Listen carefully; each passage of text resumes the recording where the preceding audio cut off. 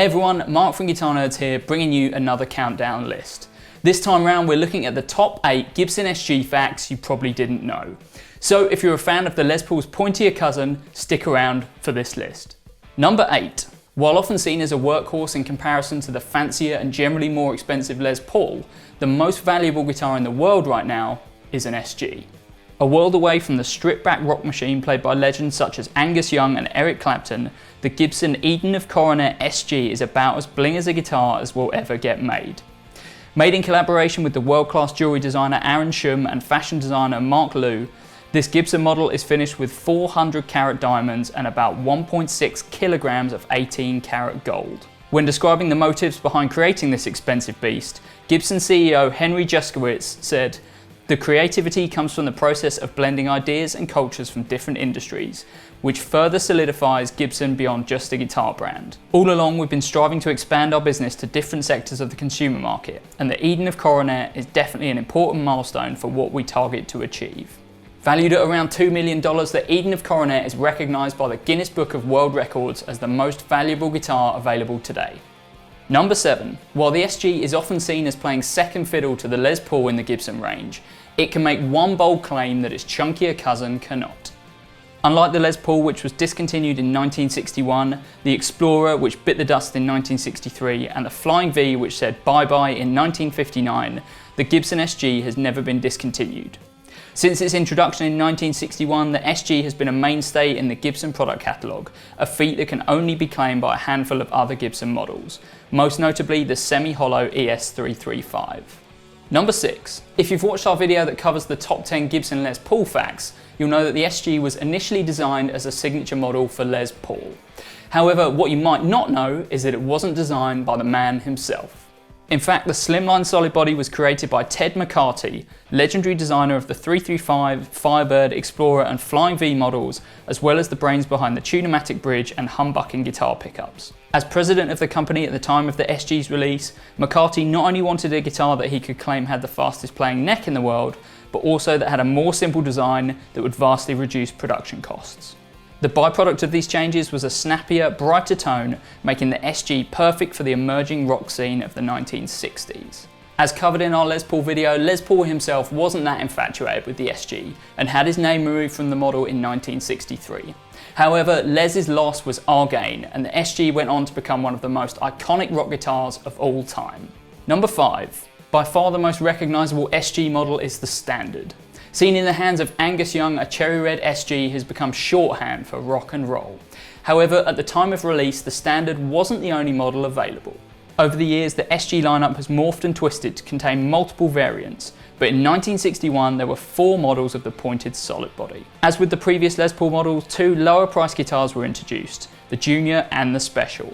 Both featuring P90 pickups, the Junior had a single one at the bridge with 1 volume and 1 tone control, while the Special featured pickups in both neck and bridge positions with a volume tone and control for each and a 3-way switch for selecting between the 2. The original Standard featured the 2 humbucker combination that is most commonly associated with the SG, alongside a fancy vibrola vibrato unit, which many players would remove for tuning stability. At the top of the range stood the Custom model, a beautiful piece of design that featured 3 humbuckers, gold hardware and triple binding on the neck and headstock. With the current Gibson range containing a multitude of models, it almost seems like a breath of fresh air to only have 4 SGs available. Like P90s, get a Junior or a Special. Like humbuckers, get a Standard or a Custom. Simple. Number 4. In 1961, Gibson were in a strange place. Their original Les Paul model had caused a splash in the guitar world, but hadn't sold enough to keep it in production.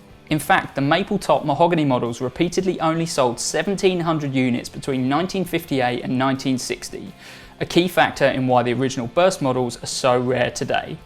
By contrast, the SG got off to a lightning start. Gibson's own figures report that the original Les Paul branded SGs sold around 6,000 units in their first 3 years of production, easily eclipsing the bursts. And the sheer popularity of the original run may have something to do with our next fact. Number 3. The SG Standard is the best-selling Gibson guitar of all time. What? That's right, according to Gibson themselves, the SG Standard has sold more units than any other model in their catalogue. Whether it's the lightweight nature of the body, the hard-hitting impact of the humbuckers, or simply the connection to a whole list of iconic players, the SG Standard surprisingly surpasses the Les Paul Standard in terms of units sold. Who would have thought it? Despite being the scrappy underdog of the Gibson catalogue, the SG Standard has got the numbers where it counts.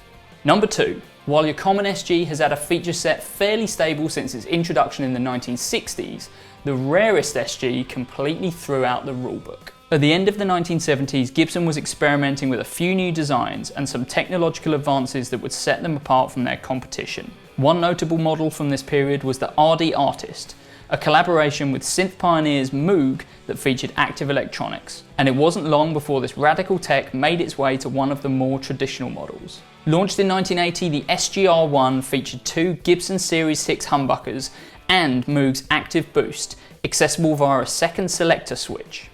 Engaging the switch kicked in a boost designed to add volume and cut through the mix. Unfortunately, the end result was a guitar that sounded overly bright and never caught on with the majority of players. Rebranded as the SG Artist in 1981, neither incarnation was produced in significant numbers, with around only 200 ever being produced. Number 1. How would you feel if I told you that heavy metal was almost invented on a Strat?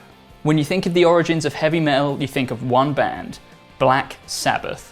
And when you think of Black Sabbath, you think of Tony Iommi. And when you think of Tony Iommi, you think of a Gibson SG. For the past 50 years, the Birmingham-born guitarist has been intrinsically linked to Gibson SGs. The demonic look and huge tone almost seem tailor-made for Sabbath's brand of proto-doom. But when recording Black Sabbath's debut album, the SG wasn't part of the original plan. A big fan of Hendrix, Iommi originally opted for a white Fender Stratocaster as his main guitar for Sabbath, and when recording their debut album, the Strat was going to be his guitar of choice.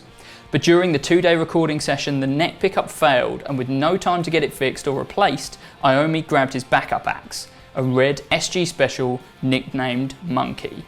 And with that, Iommi never played a Strat again, and the Gibson SG became forever known as the guitar that started heavy metal. So there we have it, 8 facts about one of the most important guitars of all time. But did we miss anything? Let me know in the comments below. If you like what you saw, remember to like and subscribe to Guitar Nerds for more videos coming very, very soon. Thanks very much, we'll see you next time. Did you know that you can now support Guitar Nerds on Patreon? Patreon is a platform that allows you to help creators from all over the world keep making the things that you love.